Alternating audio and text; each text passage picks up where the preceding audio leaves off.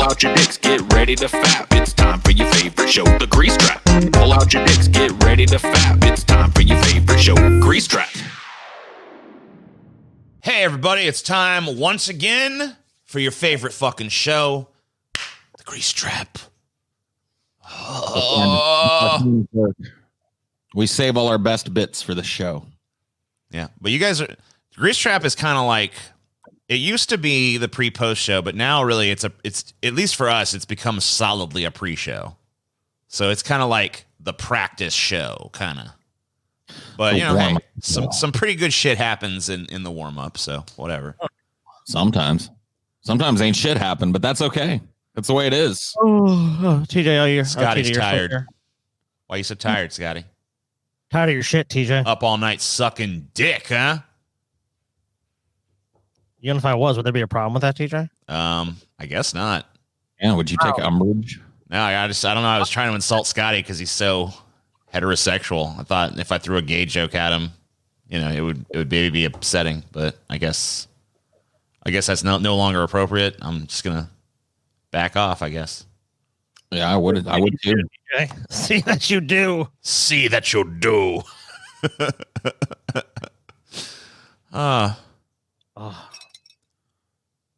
Well, if I seem a little at this Grease Trap, it's because my apartment people have decided that today, during the midst of an oncoming thunderstorm that looks like it's going to be pretty crazy, they're going to mow the lawns and edge right outside of my office. So, yeah,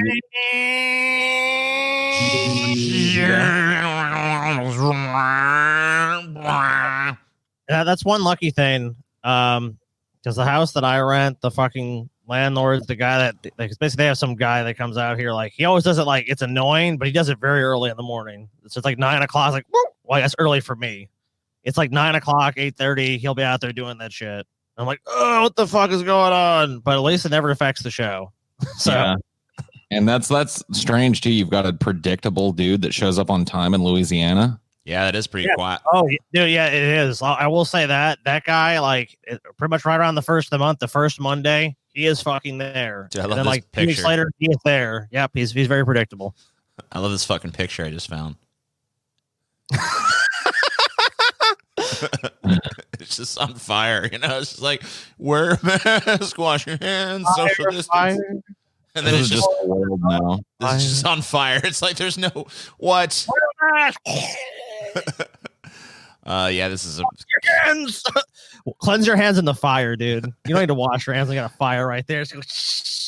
The only thing that would make that picture like more dramatic and better, even though it would be horrible, would be like if there was a person completely engulfed in flame running away from it. You know? Yeah, dude. Oh, dude, I feel so bad for California right now, man. Like, if you look at COVID cases, a lot of the U.S. the cases are dropping. Not California. It's bright red.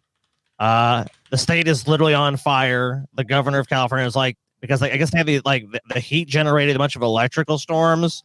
There's like 300 something active fires in California. Almost none of them are at all contained. The power grid is failing in California. PG&E, like a worker actually just died with these firefighters battling the fucking forest fires. They're gonna have to have rolling blackouts in California. Like, I don't know. That's been the case since they started them. California every year has had summer rolling blackouts since probably like 2003 when the Enron shit happened. That's like wild. They've been having like every summer a fire happens or something under a core line somewhere, and they've got to meter out the power. It's just a fucking nightmare. So when you were talking about the dude being on fire, it reminded me of the Kane Hodder stunt from Friday the 13th Part 7, The New Blood, where he's fighting the telekinetic chick.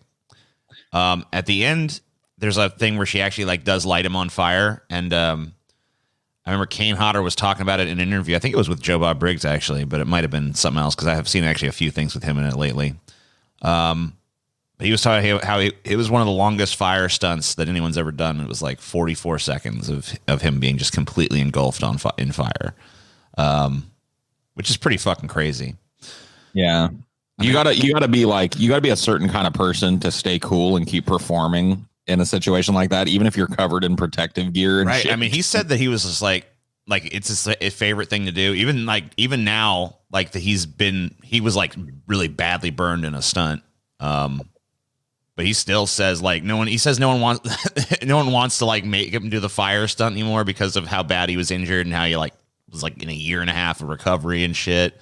But he still like wishes he could do fire stunts and shit.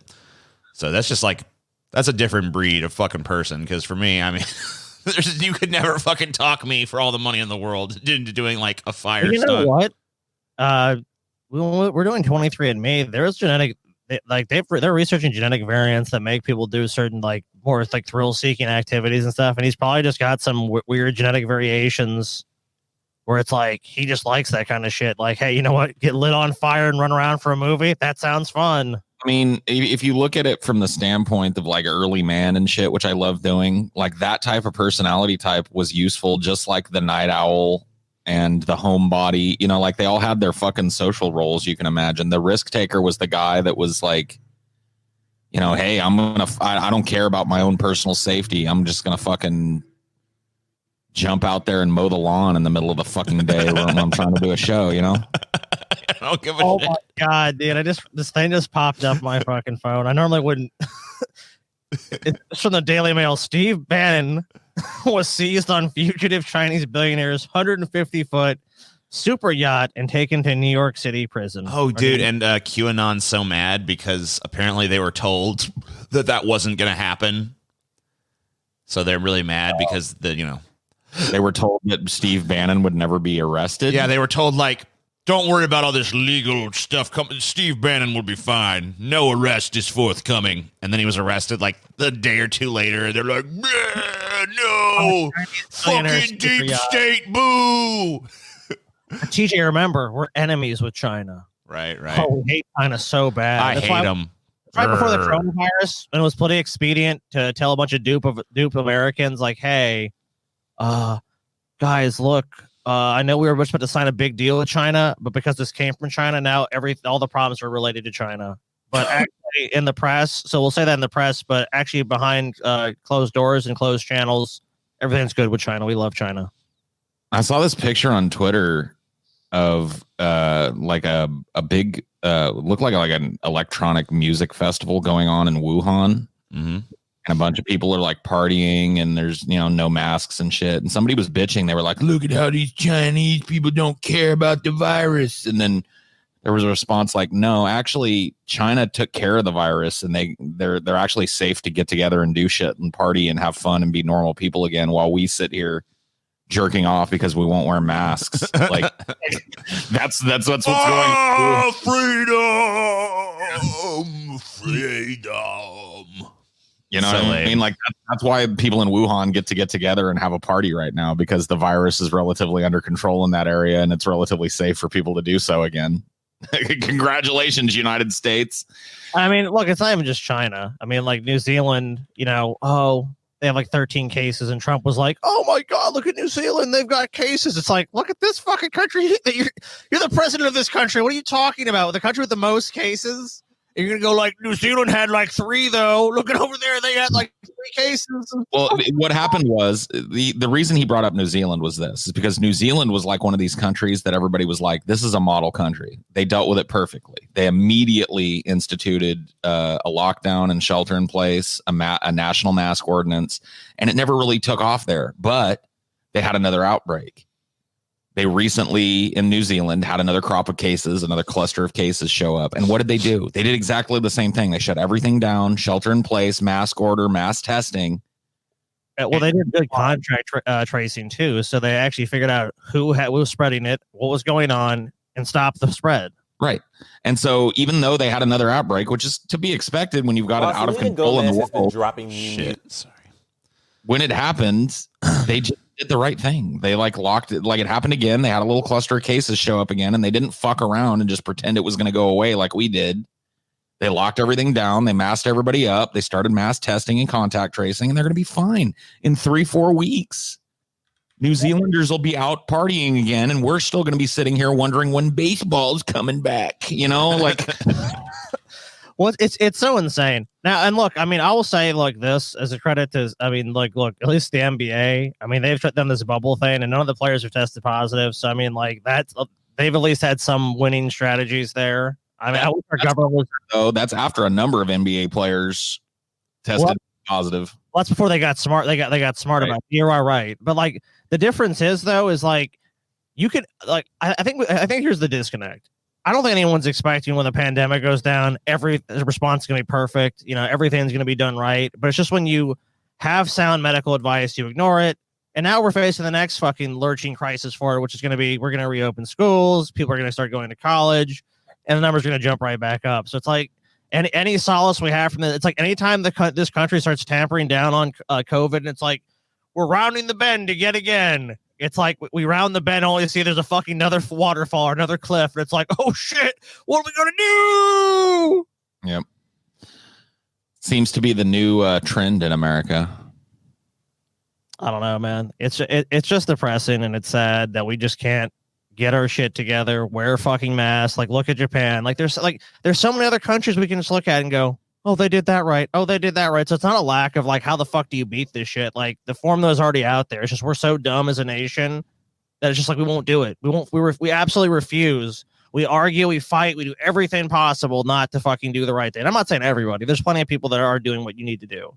You know what country did awesome with COVID? Who's that? Uruguay. Oh, did they? Oh yeah. Well, shit. I'm glad for them, man. I'm glad. Like a grand total of like 1,400 cases and like 35 deaths in the entire country. You know what? I applaud them and any other country that actually took this shit seriously and tried to protect its citizens, because this country clearly is not trying to protect its citizens. They don't care, and a lot of the citizens themselves are the problem. If we're being honest. I know it's crazy talk, but it almost makes me wonder like why I'm living here and not there. You know, it almost makes me like I'm scratching my head. There's a thought forming in my head that's not really fully formed yet. Uruguay. I'm sure there's some kind of strange barrier to immigrating to Uruguay, though, that I'm not thinking of. You know, probably some kind of insurmountable obstacle that would keep me from moving to a place with a government that's, you know. Incidentally, I mean, not that it matters. Uruguay also has had legal weed for over 10 years, and it's the most commonly used drug in the country. It's sold openly and smoked openly by most people in Uruguay. And their society's collapse as a result, right? Yes, their society is crumbling into what looks like comfort. It looks like their society is slowly degenerating into comfortable, stress-free life. Oh no! Oh, what's going on? Earthquake! No! Oh, volcano erupting! Oh, it's insane over there. You know, it's going. And on top of this, they have a national health care system. Everybody in Uruguay is covered. I mean, like they're just fucking it up down there. I don't know how they danced around this COVID thing. I just feel sorry for the people of that country. Fucking get health care and their weed, man. They need to step back and think about what they're doing. Oh, you know, it's like at this point, we're just, you know, the strange thing to me is that Americans just don't feel like an overwhelming sense of like shame. And like, I don't know if this country's even capable of it. Maybe this country will have to collapse and you know, and whatever rises next, maybe if there is anything, maybe those people, or maybe somewhere down the line, this American exceptionalism shit can just get shelved because it's at this. I mean, maybe in like the 50s or 60s, there could be a credible argument made for that. But now it's just a fucking joke. It's just like the fucking, you know what this country's like? It's like the fucking football player who's fucking 30 years out of his prime. And he played the high school quarterback with a big old beer belly. Turn around. Let me tell you about the good old days. Man, when I threw that touchdown pass. Yeah, well, that was 30 fucking years ago. What have you done for me lately? I ain't done shit. He's like a fucking Napoleon Dynamite's cousin. Oh, just endlessly reliving his glory days. If coach would have put me in, we would have made state, man. Guaranteed state. I would have had a contract, man. Could have done it. I could throw. I bet you $10 I could throw the football over those mountains over there. So Paul, here's your new flag. Hey, it's pretty dope, dude. Yeah, I mean, like the sun's got like this real like kind of like. I like how it's not really making a face. It's just kind of like there. It just has a face. It's just kind of like, you know. He looks like he just took a hit. You need to learn the Uruguayan national anthem, though. I'll learn, dude. Trust me. If most people didn't already speak English in Uruguay, I'd start learning Spanish right now. But they already speak English there, so there's another barrier down. The Uruguayan national anthem. You gotta fucking learn it before sporting events and shit. Now all I've got to do is struggle to overcome whatever barriers to immigration that they have. I'm sure that they're high and insurmountable there in Uruguay. I'm sure immigration to Uruguay a true problem. Oh wait, all it takes here I'm reading it takes you have to make $1,500 a month and wait, that's it. That's the end of the section. That's how you can immigrate if you make 15. Well, right now you're a plague rat, Paul, so they probably won't let you in. You gotta wait till the COVID shit. They'll probably make me like fucking quarantine or something and prove that I fucking don't have it before I go. Liberty Easterners. Maybe not like Uruguay exactly with like the legalized weed and stuff like that, but yeah, there's a lot of countries that you can just move to as long as you make a certain amount of money. Now, some countries are super restrictive. Actually, one of the most restrictive countries to move to is Canada. Yeah, fuck Canada. Oh, yeah. Unless you're an asylum seeker, like Americans, it's like unless you actually are marrying a Canadian citizen, it is really, or like you're a doctor or have some job offer. It's very different. Even then, my girlfriend's dad is a doctor, and he was working in Canada, and his visa expired, and he applied for an extension so he could keep doing the work. He's a specialty doctor too. It's an audiologist, so it's like. And he applied for a visa extension so he could keep working, and they said nope, and kicked him out of the country. He's a doctor. Canada, their immigration laws are super fucking strict. He's a high demand like specialty doctor, and they were like, nope. That's crazy. Well, you know what? I mean, that's honestly, yeah, that's a dumb decision, but hey, I guess they can make it to show you that Uruguay has a fucking hardcore national anthem. I thought our shit was fucking pretty crazy with like the Rockets' Red Glare and shit. But their fucking song is way more hardcore than ours. Oh, yeah? What's it like? I mean, they got like a long version that's like insane, but here's the short version that they like sing at like sporting events and shit. Obviously, they sing it in Spanish, but here's an English translation. Easterners, the fatherland or the grave, liberty or with glory we die. It is the vow that the soul pronounces and which heroically we will fulfill, which we will fulfill. It is the vow... It goes on like that for a minute. Liberty, liberty, Easterners. This cry saved the fatherland, which her brave warriors in fierce battles with sublime enthusiasm filled. This holy gift of glory we have deserved. Tyrants tremble, tyrants tremble. Liberty in combat we will cry out, and even dying, freedom we will also shout. Liberty in... It goes on. It does that one a few times.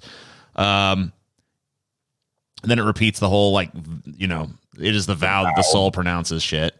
And that's pretty much it. That is pretty, all right, I'm going. I'm packing my bags now. It's pretty fucking, it's got a dope national anthem. It's got a dope flag. I like the part where they're like, tyrants tremble. Tyrannos tremblad. $1,500 a month American is a high median income there. I'm gone. I'll see you guys later. Uruguay, Paul. Uruguay. Capybaras are indigenous to Uruguay, too. I know that doesn't sway some people, but it does me. Capybara. It'll be nice, Paul. I feel bad for you when the U.S., when it's desperate for resources, comes down, and then you're imprisoned and killed. I'll be dead. Yeah, that's true. By the time the resource wars start. I'll live in comfort on a beach smoking a fucking spliff, and then after I croak about 30 years later, America will come and rape it, but I'll be gone. Yeah, you'll be long dead. Maybe my dead body will have turned into some oil that they can fucking steal. By that point. Yeah. You know what I mean? I don't care. Yeah, you're more than likely right. All of us, I mean, if the resource war starts, we'll just be old men, and we'll just be like, yeah, either we'll be killed by one of the roving bands of people looking for resources, or the resource wars have been going for a while. I mean, I mean, the point where like it affects every country, Yeah, when it really jumps off, and we're really just like scrambling to every country, and everything's on the table. We're gonna be long gone by that time. We ain't gonna see that shit. Damn, I feel bad for those people then, but. Our children, and certainly our children's children, those generations are going to be the ones that deal with that shit. We're going to be good and dead. I've honestly felt like, we're like, if we're not, or, maybe the next generation, like but I honestly feel like we're the last generation that's going to be able to live like this. And, that legacy we're going to leave behind is the next generation are like, what's all this trash and all other shit? You're welcome. Like, I know we try to kind of avoid current events on here, so because who knows when it's going to come out. The time delay and stuff, but it might come out in September. This is the day, at least for us, that Biden is going to speak at the convention and do his little acceptance. Now I'm going to watch this. I am too, because I want to see if he fucks it up. I want to see if he literally just like trails off into nowhere and just like stares blankly at the middle distance for like 20, 30 seconds. Like I gotta tell you though, like with his proclivities and his stumbling and his bumbling, this is going to be one of the most prepared, practiced, and rehearsed DNC speeches ever given in the history of humanity, dude. They have been drilling Joe Biden's old ass on this for months. Oh yeah. So if he Joe, fucks you gotta look good in this. If he fucks this up, it's 10 times worse, because it's not just like, oh, he prepared the speech normally and he went up there and he stumbled a little bit, whatever. It's like he's been drilled on this for 3 months at least. He's been giving this speech to Jill at night 3 times in a row, every time, every night before they go to bed. He's been sitting with his handlers and shit, going over different fucking scenarios for months. If he fucks this up, he's incapable. He's incapable of doing anything if he fucks this up. All he has to do is stand there and look presidential and say presidential sounding things and not fucking trip over himself and not look like he's lost. That's all he's got to do. I don't think he's going to be able to do it. Dude, don't you love also, TJ, how the coronavirus really took away any sort of progressive platform? Because fact, because remember you told me, like, if it's not Bernie, I'll be at the DNC and I'll fucking storm the thing and do all this shit. Oh, now it's virtual. Sorry, can't do that now. Can you storm the DNC? You can storm it online if you want. Oh, you want to storm the DNC? Is that what you want to do, TJ? Get in the chat of one of these restreams. Get in the chat of one of these restreams of the DNC and there's no chat.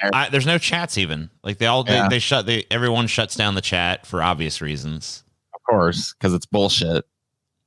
Yep. Is the RNC doing a virtual thing, or are they just going to do the traditional to like out of obstinance?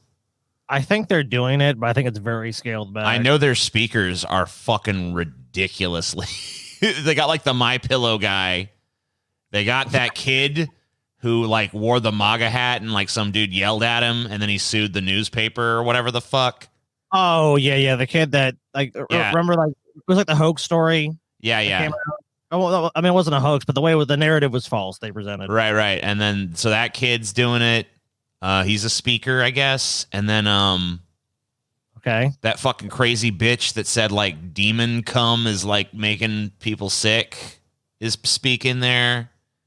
Cool. They're gonna have like a voodoo ceremony at the RNC, I guess. And then QAnon fest? Is it the really? I mean, what's going on here? QAnon con, dude. Cool. Okay. Well, at least it'll be probably more entertaining than the DNC. Like, you're trying to tune into that. It'd have to be. It's definitely gonna be. Okay. Now we're gonna talk. But yeah, they got some really weird. I mean, like, coming up next for a 30-minute speech, we have Speaker of the House, Nancy Pelosi. One of the Duck Dynasty people is there. Scott Baio is going to talk there. Oh, hell yeah, dude. It's going to be a great... Fucking Scott Baio. Guns, TJ. They got Scott Baio. Fuck, dude. I can't miss it. Yeah. Dude, I'm sold. The RNC is going to be cool. It's going to be fun to watch. It's going to be batshit insane. Scott Baio's going to come out there in fucking board shorts and give a surfer fucking, talk about how Donald Trump's going to save the world. Guys, I'm looking at right now, a special comedy. Wow, this is crazy. A special comedy routine and act by Carrot Top. Wow. Carrot Top? Carrot Top is going to be there? I just made that up to see if you guys okay. I believed it. I was just like, what? I'm like, sweet. Carrot Top's a Republican? I didn't even know that. Oh, dude, they're like, I told you, like, Carrot Top's gonna be there. You guys are like, cool. Carrot Top, huh? Shit, yeah, man. Let's do it. That's just a good idea. Let's call Carrot Top up. That sounds like something the RNC would do. Get some Carrot Top up in there. Well, look, they said, or it was reported that they wanted someone oranger than Donald Trump to be there. Dude, if Carrot Top was like, I don't think Trump's so bad, he probably would have that's probably about all he'd have to do to get a speaking engagement at the fucking RNC. Just show up and fucking pull out some props. Bunch of Republicans get, oh, I get it. I have a sense of humor. Yes. Ah. That muscular carrot knows what he's doing. Muscular carrot, dude. Yes. Dude, I got a new toy. Not that it's all that interesting to talk about, but fuck it. I got a new toy, dude. What is it? For years and years, I've been like, because like I've always talked about how I need a hobby that's not like connected to my work. Sure. You know what I mean? Like I play video games and there's part of me that wants to stream them, but there's also a part of me that's like, that would be like taking my free time and something I do to decompress and making it into more content, Mm-hmm. I wanted something that's really not super adjacent to what I do. And so I got a camera.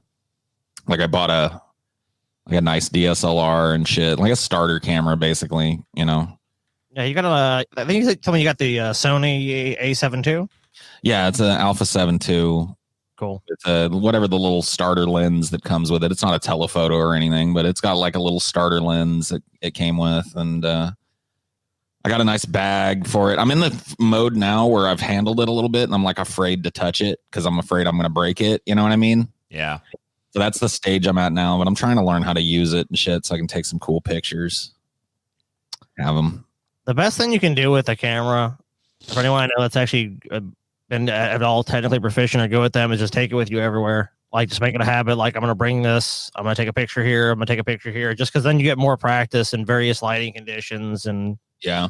You also learn shit like, let's say you bring it out and you don't have the right, like UV filter on the fucking lens. You try to go outside. I'm going to take a picture of a bird or something. And then everything's just like, oh, it's too bright. You're like, oh shit, how do I fix this? So, you learn by going to different environments and stuff like that. Yeah. I've got the backpack I bought has a little strap on the side, and I bought a little tripod for it that straps to the backpack. So it's all very portable for me, and just throw it over my shoulder and take it wherever I go. Assuming we ever get to the point where it's safe for me to do so again. But for now, what? Even with COVID, dude, I mean, if you like at a certain point, if you want to go take a trip into nature, I mean, there's nothing to stop you from doing that. Yeah, that's true. You got a point there. I can go up in the woods or something. But I've got a little patch of nature out back that I'm going to practice on. We got a lot of little critters that live out here. So I'm going to try and see if I can get reasonably good at snapping some decent pictures of them and move from there, Well, dude, I'll tell you what, a lot of animals move so fucking fast, and getting that perfect shot takes time. So that's really excellent practice for you, because you can capture like a bird or a fucking, especially like those cardinals. I know you caught like a little picture of them like on your phone, but yeah. Like something like that. You can get some amazing shots, just like if you get like in mid-flight, like coming down or something, or like there's a spot they land or take off of. Yeah, you can get some cool shots for sure. I just want to get to the point where I'm proficient enough to catch some cool shit and have it for me. And I've got I love taking pictures of Dino and Cricket and my girlfriend, so then I got built-in models. Yeah, there you go. Learn to take these candid shots of them doing their thing. Yeah, that's always my favorite. I just like the shots where people are not posed and stuff so much. I mean, like obviously if you're talking of like a business thing, then whatever. But just in everyday life is usually the most interesting shots that I think you see in the compositions and stuff like that. So it'd be cool. Yeah. So I've been playing with it a little bit. I'm trying to find like an online course or something I can take for photography. Just like kind of teach me a little bit about all the little f-stop and white balance and all the shit I can tweak, so I can know how to fuck with it. Wait, what?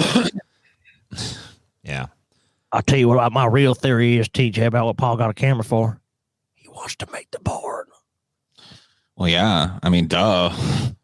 Gonna go to Uruguay and become a pornographer. I'm sure it's fine.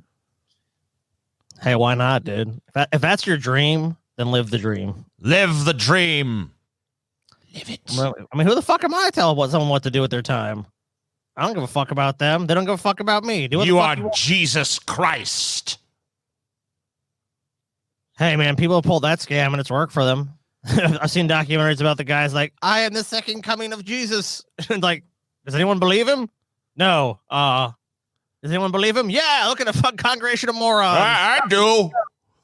He seems like Jesus to me. It's like, all right, first follower, sick. Now you gotta give me money. Oh, I don't really have any. It's like, okay, well, loser job. follower, whatever. But at least he'll show other people that I have followers. Yep. He is my disciple. You know, even Jesus only had 13 or something. Wasn't it 12? Well, he had the 12 apostles, then he had Mary Magdalene, right? So, Okay. So that's why I was saying 13. Oh, got it. I was excluding the woman. I'm sorry. Right. Women don't count. Yeah. Sorry. Yeah, she doesn't count. I've heard some people argue that she was the 13th apostle, but whatever. She ain't got no book, so. She ain't no apostle. Well, she does have an apocryphal book. Oh, okay. Gospel of Mary Magdalene is an actual thing that's considered. But it didn't make it in the final cut, so whatever. No, it's not in the actual Bible. Maybe if she made the final cut, I could be like apostle, but nah, not so much. Not good enough. Not good enough. Big book of bullshit. Sorry. Not enough dick and not enough balls, honestly. Hell yeah. So yeah, I guess he only had 12 good followers, but then he had some bitch too, so that's good.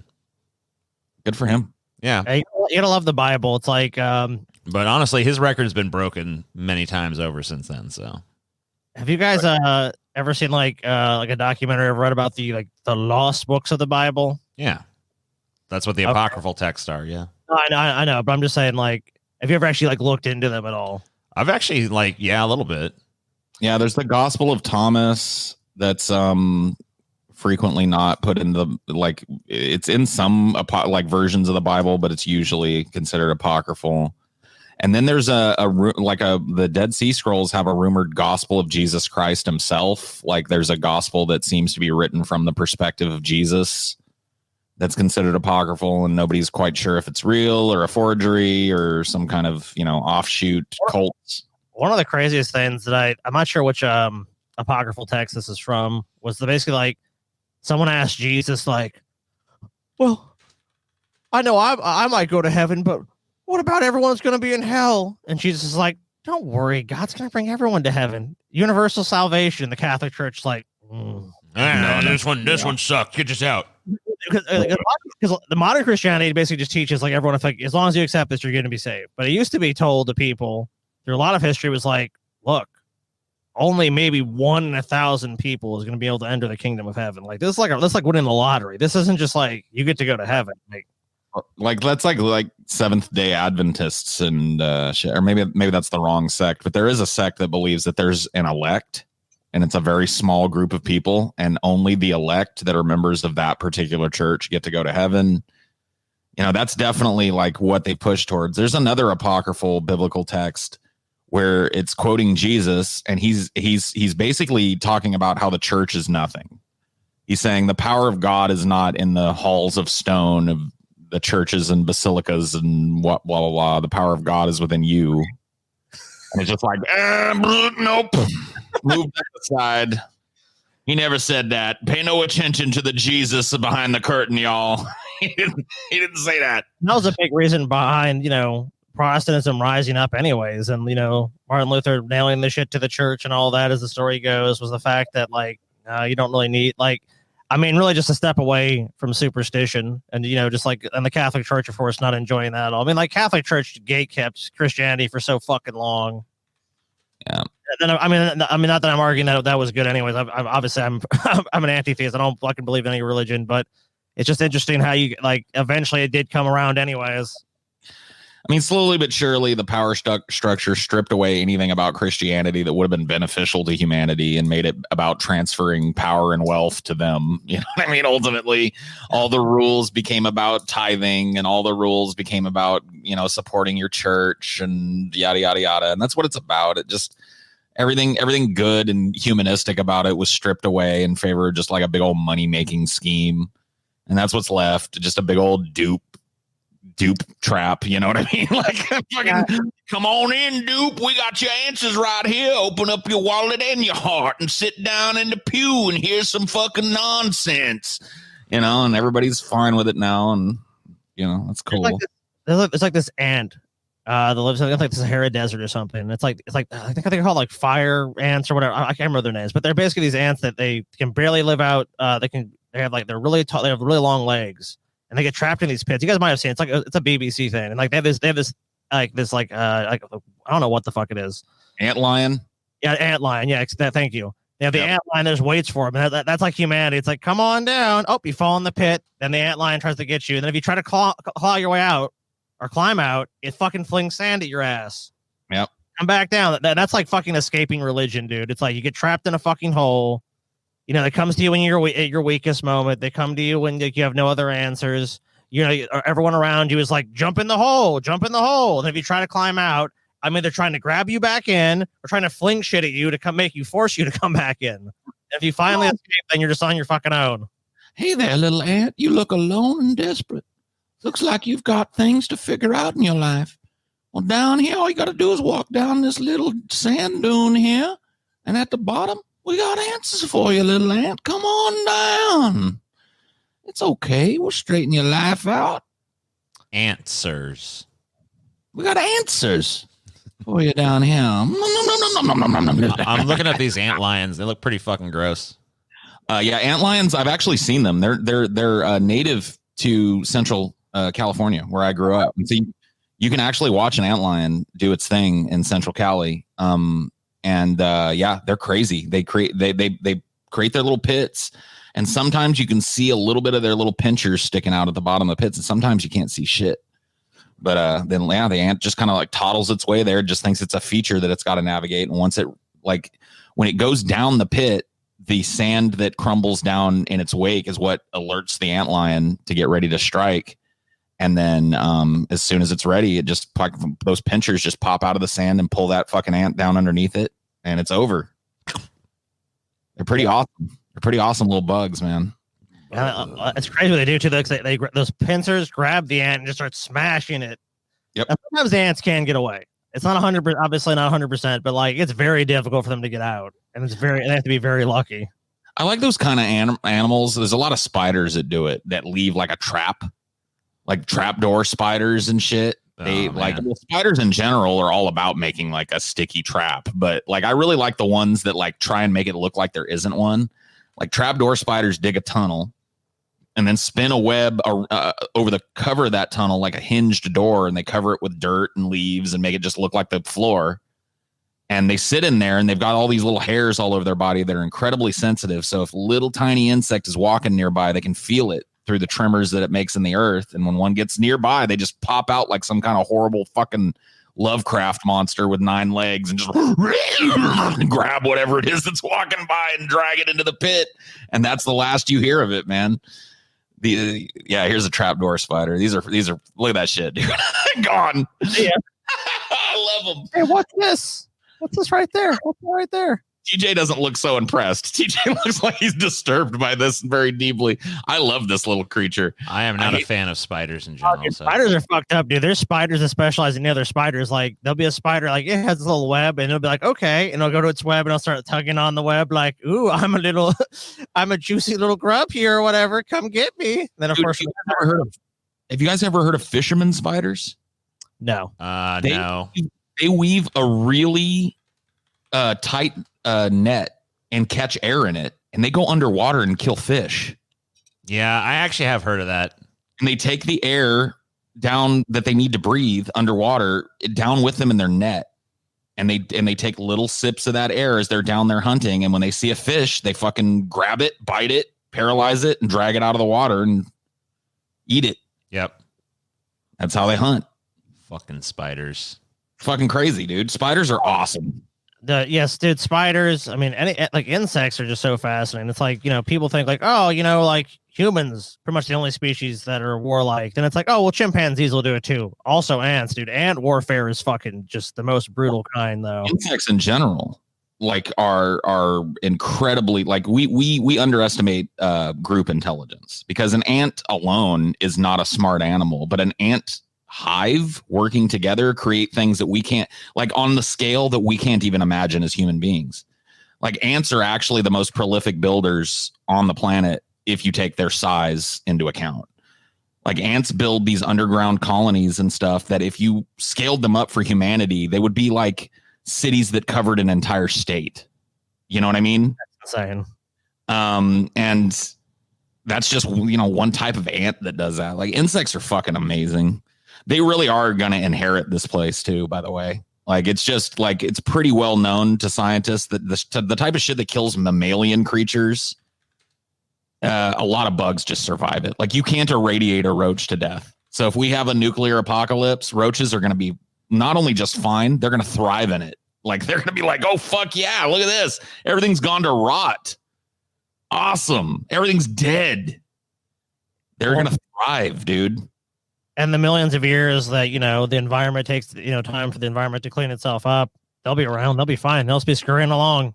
And if they're not, it'll just be some other insect that takes their place. This other insect arose and outcompeted the fucking cockroach. Now they're extinct. But not every insect is shielded from ecological collapse. There'll certainly be mass extinctions with them too. But their numbers are so much higher than any mammalian species, and their diversity too.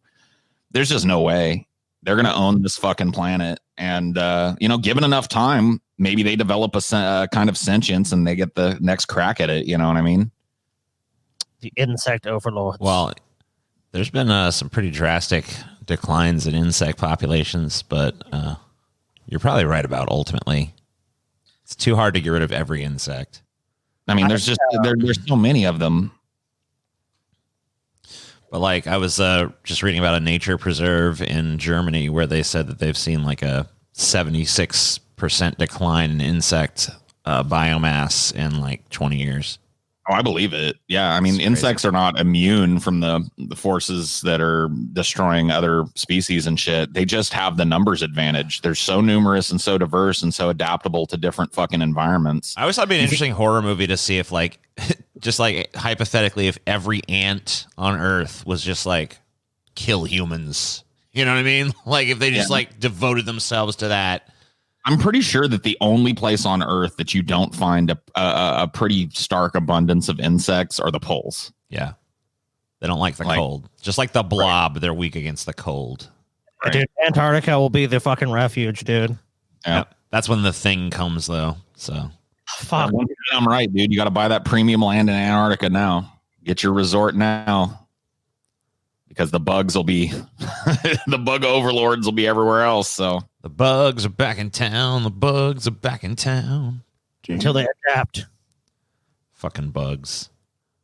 Bugs are metal, dude. I love bugs. I actually do. Like, even the gross ones. Like, I love roaches because they're just like, they're metal. I don't like having them around me. But as a creature, you got to respect the roach, man. An opportunist in the fucking hierarchy of nature, there's really not much higher than the roach. The roach is just one of those animals that it goes where it goes and it thrives where it thrives. You know what I mean? It doesn't really care. Oh, dude, we can't do shit to stop them. As long as there's food, they're gonna be there, and if there's one, there's a million. You know? Oh yeah, like all those we saw, like it was one of the flash floods we'd done last year. It was like, oh, all these common pesticides. Yeah, roaches are pretty much immune to them now. Doesn't really matter. You can put them out though. I mean, like, it might kill some of them. It might do like some damage, but ultimately we're just adding to their immunity because the ones that are killed, they didn't make it. The ones that survive are going to be just fine. We're helping weed out the weak amongst them and making them genetically stronger. You know what I mean? Like, fighting them only makes them stronger. They're basically like the Borg. Just like the roaches have adapted. Well, the real way to wipe out a species like that would be disease. Or stop the reproduction cycles. That's basically your best thing. Pesticide is just kind of like a way, like they're doing it with those fucking mosquitoes now. Yeah, that's what they're trying to do. They're about to release some of that shit in Florida, I think, in the next year. Yeah, they're releasing some of those genetically modified mosquitoes into Florida to see how that goes. Yeah, I mean, I think that, like, from what I've heard, mosquitoes are different. Like, they most scientists agree that if the mosquito disappeared from the food chain, the damage to ecosystems would be negligible. Like, if roaches disappeared from the food chain, we'd have some problems. They form a huge basis of the bottom of the protein food chain. Oh yeah, they should not. So many animal species feed on roaches almost exclusively, or completely exclusively in some cases. They're just like, if they disappeared from the planet, as much as it would be nice for us, part of the food chain. Well, I remember the E.O. Wilson quote, him being one of my favorite scientists and stuff. I probably should just look the quote up. Favorite scientist? Don't even know the quote, TJ. Well, I mean, I know the generalities of it, but I want to get the exact wording right. So he said, if all mankind were to disappear, the world would regenerate back to the rich state of equilibrium that existed 10,000 years ago. If insects were to vanish, the environment would collapse into chaos. Yeah. I mean, it's true. Like they're instrumental in the pollination of plants. If they disappeared, plants would die. Plants die, then the ecosystem around those plants die, and there's nothing left. You put us at the top of the pyramid, which most people do. Yeah, the top of the pyramid is the top, but look what's supporting it. You know what I mean? So, he also said if we were to wipe out insects alone on this planet, the rest of life and humanity with it would mostly disappear from the land within a few months. I mean, that's not a shocking quote to me. It's interesting, but we don't understand how interdependent we are. Like, most people think that we could do without any other animal other than human beings. We'd be fine, and it's just not the case. We're not even part of nature no more. We've transcended that. We have reached a higher plane of being. Now when pass me the spicy Doritos. When you can go outside and be like, sunshine, I feel better now. Yeah, when you can rely on that, then sure. Maybe at that point, if that's all you need. Oh, I'm immune to all ecological effects. You know, if humanity had achieved such a state that we had total mastery of the environment and none of these animals were actually necessary because technology had made it, or some form of evolution or some crazy shit had happened. Yeah, but we're not anywhere near that. If we don't have these other animal species, we're totally fucked. We're so dependent on them. We're actually way more dependent on them. We live way longer life cycles. We need way more. We like, for us, we need these perfect conditions where they can survive, especially insects, in a wide range of conditions that we would just die in immediately. And even if they do die, it doesn't matter for them because their populations are so high that it's like, oh, it doesn't matter. The colony's still going to go on. Well, because they live lives mostly for the collective. Not all of these species, but a lot of them live collective lives. So they can afford to lose some members of their population. That's why they live collectively. It's like, you know, if you lose 10% of your population, you're still fine. We're not set up that way. If 10% of our population died, it would be a tragedy, you know, completely unheard of in the history of humanity, you know, and it would cause so much fucking chaos and you know, 10% of a fucking ant colony, whatever. They got replacements stored up and ready to hatch. You know what I mean? That's what they're for. They're out there so that they can go do a job, and if they die, there's 10 ants to replace them, you know? Look what's put us on our ass. Like a pandemic that isn't going to fucking even kill anywhere near 1% of the population. You know, a lot of places the economy is in shambles. Demand is way down. Fear is up. Civil unrest is up. All these problems are being exacerbated. And that's just like a little, really, when you think about it, as far as an existential threat, COVID-19 is not a huge existential threat to humanity. Now we have plenty of those other ones down in the pipeline, you know, that we're facing, but that one, not even that bad. And we're like, oh, I mean, especially this country, but I mean, a lot of places have struggled with it, clearly. Yep, insects got it figured out, man. Yeah, they don't fucking, like, if the hive is on fire, there's no like, you know, insect house and insect congress debating about 2 fucking ways to put out the fire. I think we should do nothing about the fire. The colony just acts, you know, it moves things out of the fucking area where the burn is happening, and it saves as much of the colony as it can and starts rebuilding immediately. Like, there's no dissent. There's no ants going like, but maybe we should just let it burn. You know, there's none of that. It's just like, let's go. All right, there's a fire. Get the fucking larva. Get the food stores. Let's move it over here. Yeah, there's no doomer Paul ants. No, like, it's all fucking ways. There's no pie in the sky fucking balloon headed fucking optimists in the ant community either, going like, well, maybe we can just wait out the fire. You know what I mean? It's not that bad. And nope, they just do what they got to do to survive, and they move on. No dissent, no bullshit, no. That's why humanity needs to go towards the Borg model, dude. You know, it's weird. There's actually like in these colonies, like lazy ants that like don't do shit. They just kind of like sit around and like, The stoner ants. Yeah, they just there's like, but they like took these ants that are just like lazy, and then they took the ants that are industrious and like separated them, right? Like, all right, all the lazy ants are going in their own colony. When I say they, I just mean some researchers that I no longer remember. Sure. You can look into this if you want. They took all the lazy ants and they put them in their own colony, and they took all the super industrious ants and put them in their own colony. And weirdly, a bunch of the industrious ants got real lazy. Just like, And also weirdly, a bunch of the lazy ants got super industrious. All this, oh shit! So it's like it reverted back to its like natural social state, like super quickly. Ants.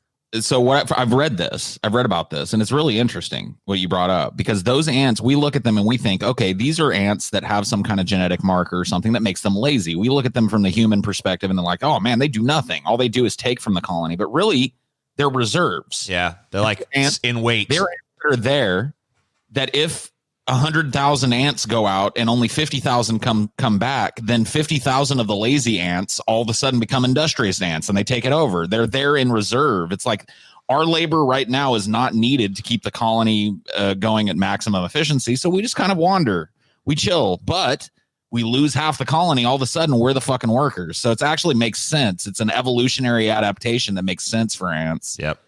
It's really cool. You know what I mean? And there's no argument about it. No ants are walking by the lazy ants carrying 10 times their body weight going, get to work, you fucking lazy piece of shit. What am I doing all day? Cutting leaves so you can sit around. There's none of that. It's just like, if I croak out there cutting a leaf and bringing it back, you get activated, Oh, fuck, I gotta cut leaves now. See ya. I'm a leaf cutter now. Gotta go. I just think it's interesting how they're just like, if conditions are like this, I am lazy. If conditions change, I am now hardworking and industrious. Yep. Just like a switch in their head somewhere, a little ant switch. Goop, flick it, and it's like total change in my behavior right now. And as far as we know, no bullshit about that. No existential crisis. No questioning of what's right. It's just when a need arises, you become what that need is. Yeah. It's like honeypot ants, for example. There's some of the most interesting ants that I've ran across. They live in the desert where there's not a lot of pollen and food. And so the adaptation that they've come up with is when that very short season of pollination and verdancy in the desert happens, and there's a lot of greenery and a lot of pollen, they go out, as certain members of their species go out and collect this nectar and stuff and come back and feed it to certain other members of the species that literally become living storage vessels.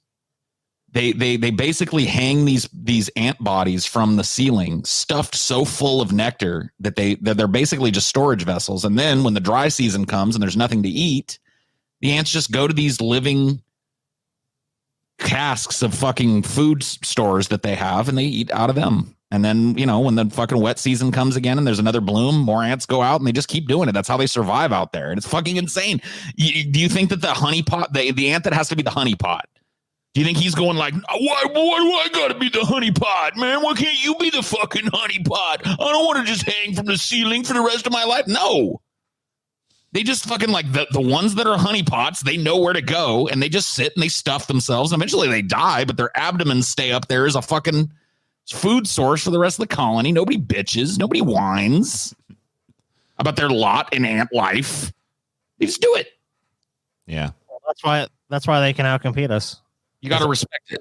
Or like humanity, there's no way. You're not going to get any human to like go fatten himself up like, oh, I'm so fucking fat. Oh shit, times is lean. Sorry, buddy. Gotta come carve you up. Like, nope, ain't gonna happen. Yeah. Well, also, if you eat, we don't have the same advantages. Like an ant can probably do that and not get sick. Humanity, like if you eat a human brain, or like obviously there's pyrons and shit, and you can get mad cow disease and other shit will fuck you up. So I don't know, dude. I've been eating human brains for a while and I'm fine. I don't know about that, Paul. You don't seem fine, Paul. Are you sure? Are you sure, Paul? Anyway. Fine. All right, that's a grease trap. Plenty long. We're good. See you next time with more greasy, trappy goodness.